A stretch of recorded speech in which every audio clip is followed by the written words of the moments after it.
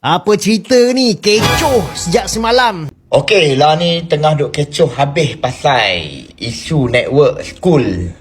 Viral kan dekat media sosial, netizen dedah kan baru-baru ni berkenaan dengan isu network school yang berlaku dekat Forest City. Menyedari bahaya dan ancaman kepada keselamatan negara, mempunyai hubungan rapat dengan negara haram Zionis Israel. Malaysia dihebohkan lagi bukan karena Rohingya saja, tapi akhir-akhir ini ada sebuah tempat gitu yang namanya Forest City, atau nama tempatnya yaitu Network School yang biasa disebut NS. Nah, di situ diduga tuh banyak atau sejumlah warga Israel masuk ke situ, gempar. Ada yang bilang kedaulatan Malaysia terancam, ada yang bilang begini begitulah, macem-macem ya. Intinya sih resah warga Malaysia dengan adanya orang Israel yang ada di Johor itu, tepatnya di Network School. Silakan disimak penjelasan dari orang-orang sana.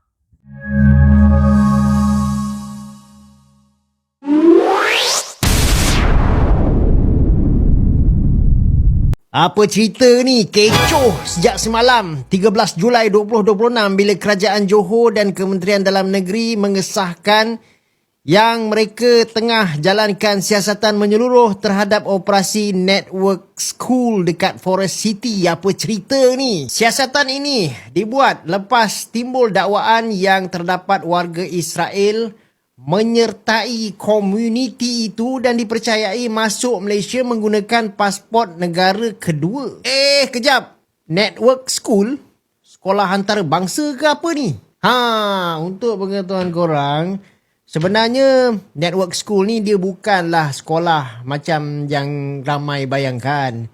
Dia ni lebih kepada sebuah komuniti digital nomad ataupun startup society, iaitu tempat dekat mana usahawan teknologi, pembangunan perisian, pekerja jarak jauh ataupun remote workers, investors dan content creators daripada macam-macam negara lah, mereka tinggal bersama dan juga bina syarikat belajar teknologi. Contohnya macam AI lah, blockchain dah, dan juga menjalankan perniagaan dalam talian. Sebenarnya guys, konsep ni makin popular dekat seluruh dunia sebab ramai golongan profesional sekarang ni tak lagi perlu bekerja dekat pejabat tetap. Jadi, diorang ni bolehlah berpindah daripada satu negara ke negara lain sambil bekerja menggunakan internet. Dan sebab itu lokasi contohnya macam Forest City dipilih sebab dia menawarkan kos sara hidup yang lebih rendah berbanding Singapura. Akan tetapi, masih lagi berada berhampiran salah satu hub perniagaan terbesar dekat Asia.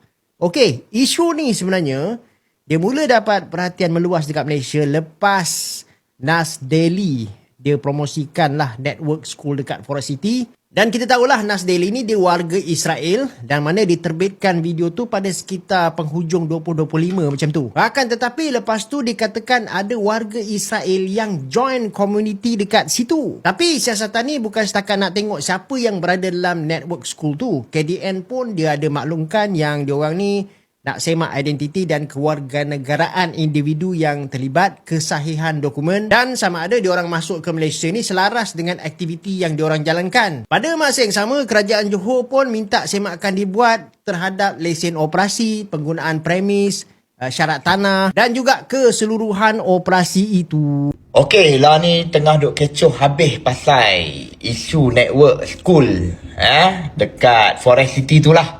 Macam-macam cerita duk keluar lah dekat media sosial, semua duk cerita macam-macam. Dan banyak yang buat kepala tahu lah.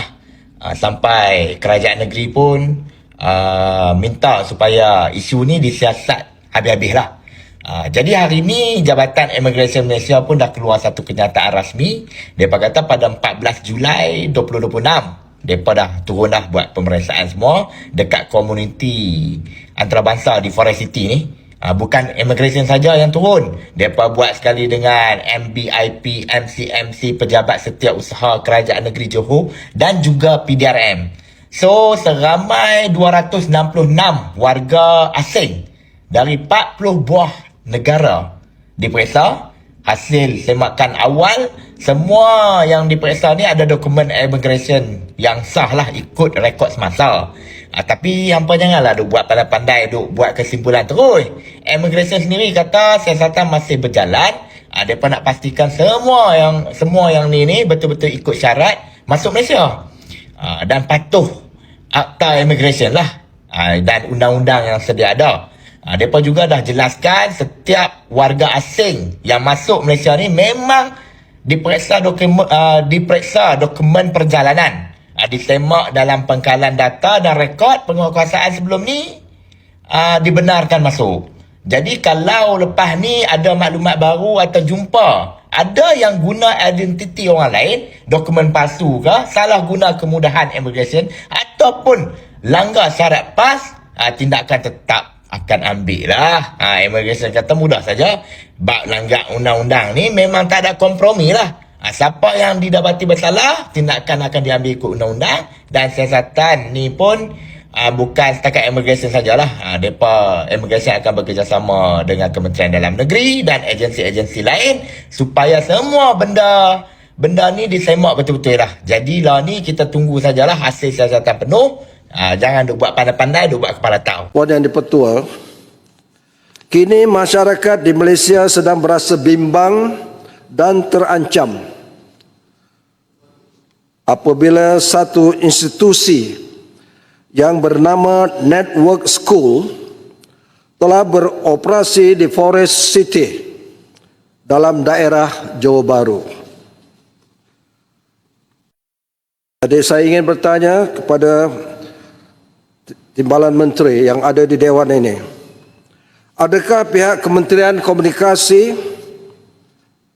pihak Suruhanjaya Komunikasi dan Multimedia, Kementerian Dalam Negeri, Kementerian Digital, Kementerian Pertahanan, Kementerian Pendidikan dan Majlis Keselamatan Negara menyedari bahaya dan ancaman kepada keselamatan negara apabila pakar-pakar digital, influencer atau pengaruh-pengaruh yang bertaraf global dunia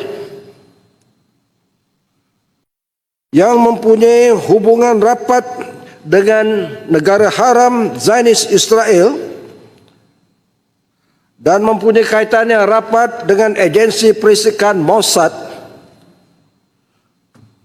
Dari sumber yang saya dimaklumkan telah menggunakan network school di Forest City itu untuk melatih dan mengumpul data dan rekrut yang pada akhirnya Forest City sebagai pusat mereka yang terletak di laluan di Selat Melaka ada kemungkinan pada akhirnya akan mengancam Selat Melaka sebagai laluan antarabangsa secara khusus dan keselamatan negara secara umumnya. Viral kan dekat media sosial, netizen dedah kan baru-baru ni berkenaan dengan isu network school yang berlaku dekat Forest City Johor, yang mana ada lambakan warga asing ni duduk dekat satu premis tu, tak tahulah dia buat bisnes apa.